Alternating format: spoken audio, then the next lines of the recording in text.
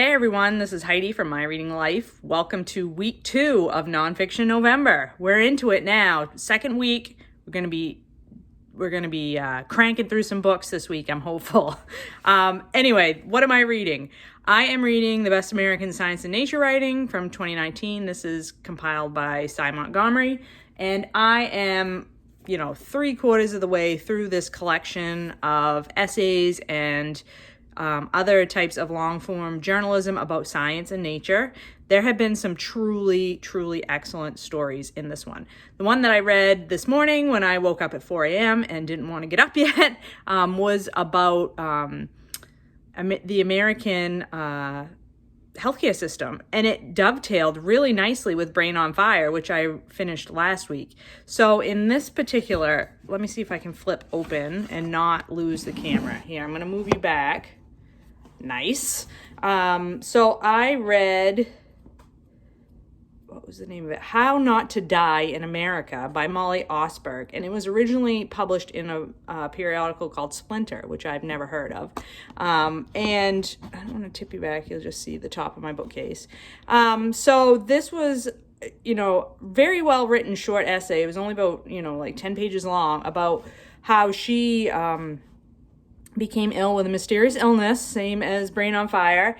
And, nobody could figure it out for a long time. But luckily for her, she had good insurance, and her family was able to help her out with other bills and whatnot. And her employer didn't fire her while she was out of work for a long time.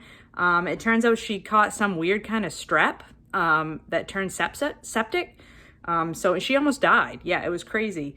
But it goes into how unfair and how inhumane the American healthcare system is, in which people can be left in millions of dollars of debt for a virus they contract or an illness that they have, and how people aren't given the same level of care depending upon their income level. I thought that was brilliant, and it dovetailed really nicely with Brain on Fire, which you know how much I love when books talk to each other that I'm currently reading. So very much enjoying that. I'm continuing on with my reading. I've been trying to read 2 chapters a day in The Essential Feminist Reader by Estelle B. Freeman. This is a collection of feminist writings from 1400s all the way to the current day. These are really good. I mean, these are really good. Like the first, of course, pieces are from, 300, 400, 500 years ago. But it's amazing to me how much things have not changed. And the first essays are really talking a lot about education for women and why it's imperative that women be educated. And now I'm kind of up into the suffragette movement in England particularly, and women fighting for the right to vote and the right to own property in their own names, even when they're married. So fascinating stuff, really getting a lot out of this. I'm continuing my buddy read of Caste by Isabel Wilkerson. I'm about halfway through this, maybe a little bit more. This book, brilliant. I mean, I'm going to talk about this more in depth as the week goes on, I'm sure. But honestly, I loved Isabel Wilkerson after The Warmth of Other Suns, and my love is cemented forever with Caste. I think she's just brilliant. She's just an amazing writer. I'm also reading Stolen Harvest by Vandana Shiva, buddy reading that with Joe Smith, and that book is super fascinating, all about genetically modified agricultural products and aquaculture products, and how those things are impacting systems today. The book was originally written like in 2000, I think, so it's it's a little bit dated, but some of the stuff I'm learning, this book particularly focuses on India and agricultural systems in India, and how industrialization and globalization and the creation of GMOs has impacted those traditional modes of community, agriculture, women's work, particularly is a theme that gets touched on a lot. It's really, really fascinating stuff. So I'll be going into that in more detail this week as well. So here we go, kids, buckle in. It's going to be a great week of nonfiction reading.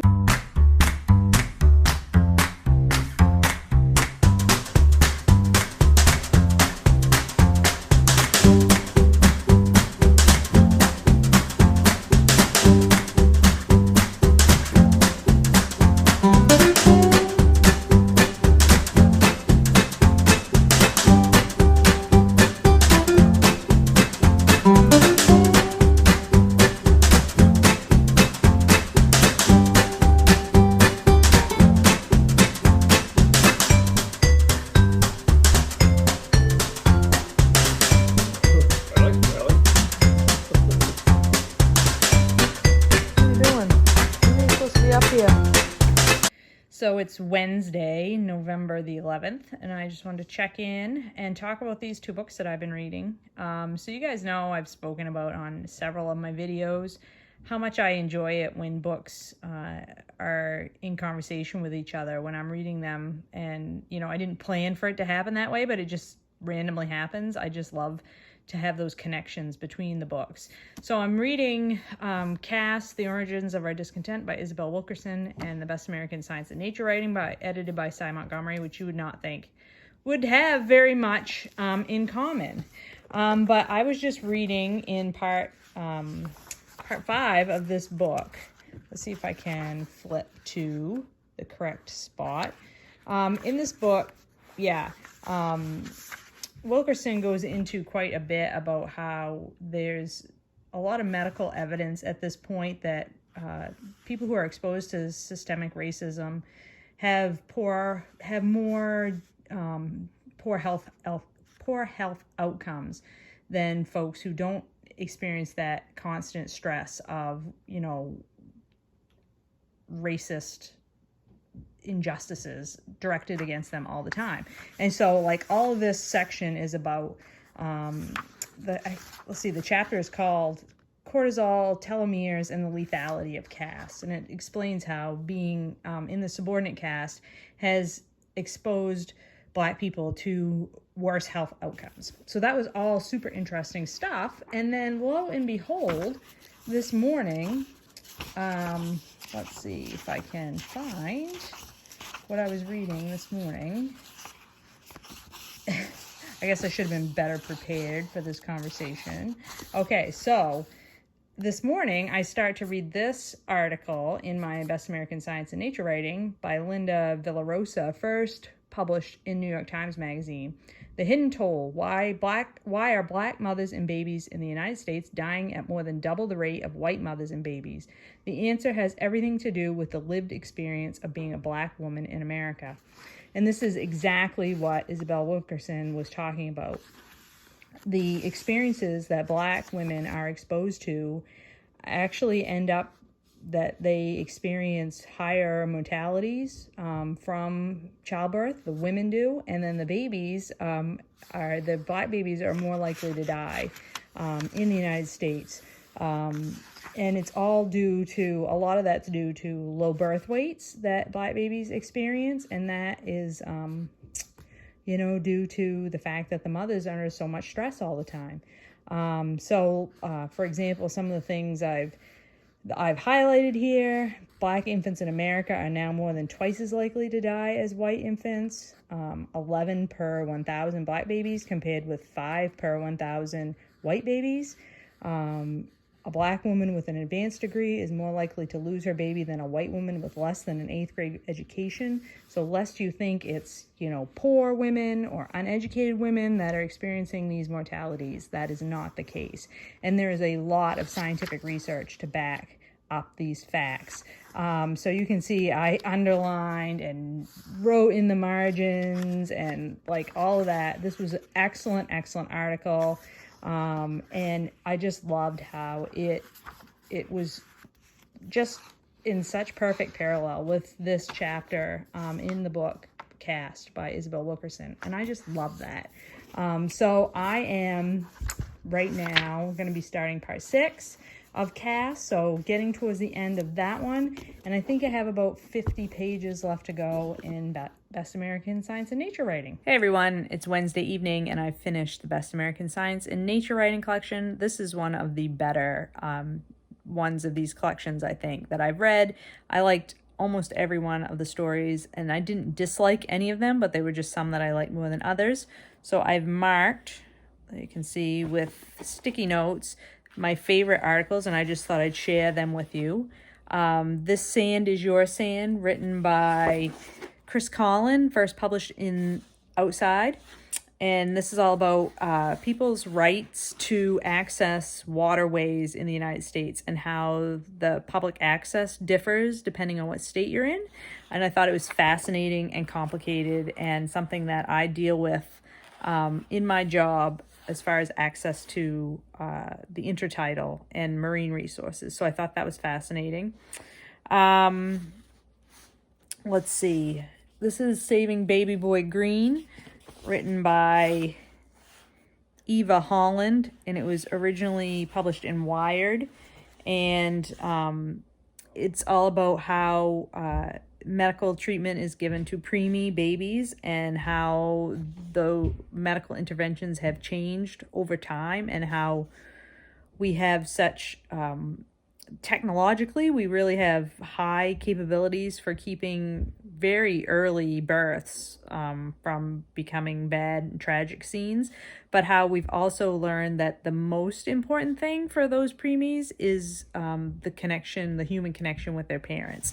That you can have a lot of access to technology, but what the baby really needs to thrive is the connection with its parents. So I thought that was really interesting.